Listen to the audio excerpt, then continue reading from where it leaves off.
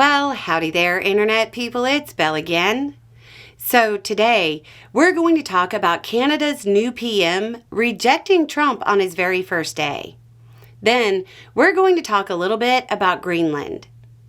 Mark Carney was sworn in as Canada's new Prime Minister, along with his cabinet. Carney is kind of a political outsider whose main skills lie in economic matters. From 2008 to 2013, he was the governor of the Bank of Canada. That's their central bank. Then from 2013 to 2020, he was the governor of the Bank of England. That's their central bank. So Canada has made a real economist with a lot of expertise in monetary policy their prime minister at a time of great economic turmoil.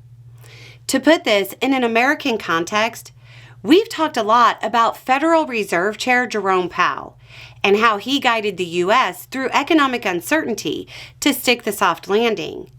They just put a more experienced Jerome Powell in charge. This isn't the sign of a country ready to buckle to Trump's trade demands or annexation ideas. If his selection wasn't enough to telegraph the Canadian resolve, his words might be. Shortly after being sworn in, he took that moment to put forth a clear position. Quote, "I've been clear. The ministers behind me, I think, to an individual when asked, have been clear. We will never, ever, in any way, shape, or form, be part of the United States."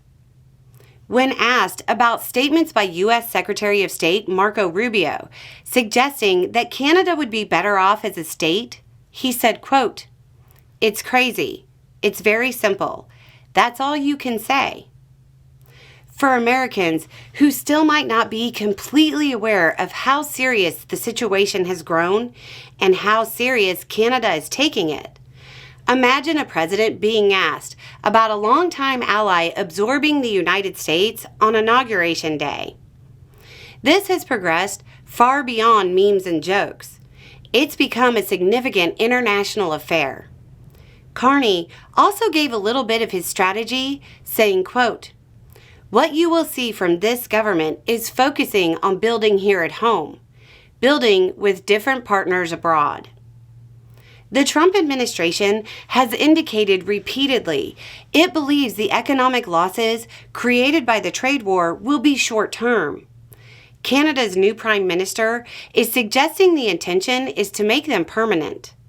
Much like the situation with defense sales, once they start building with different partners abroad, they won't drop them and come back.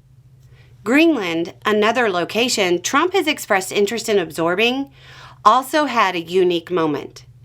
They recently had an election, and that led to a statement from officials saying they, quote, "cannot accept the repeated statements on annexation and control of Greenland." They went on to say they, quote, "find this conduct unacceptable to friends and allies in a defense alliance." Now, the obvious question here is they just had an election. So, which party is it that's saying this? The answer? All of them. It was a joint statement. The outgoing Prime Minister, in a separate statement, said, quote, "Our country will never be the USA, and we Greenlanders will never be Americans." Then added, quote, "Greenland is one country. We are united." Greenland is strategically important. If the U.S. is deemed an unacceptable friend and ally, it will limit further cooperation that has existed for decades. The incoming governments of allied nations having to make statements like this is not a good sign. Anyway, it's just a thought. Y'all have a good day.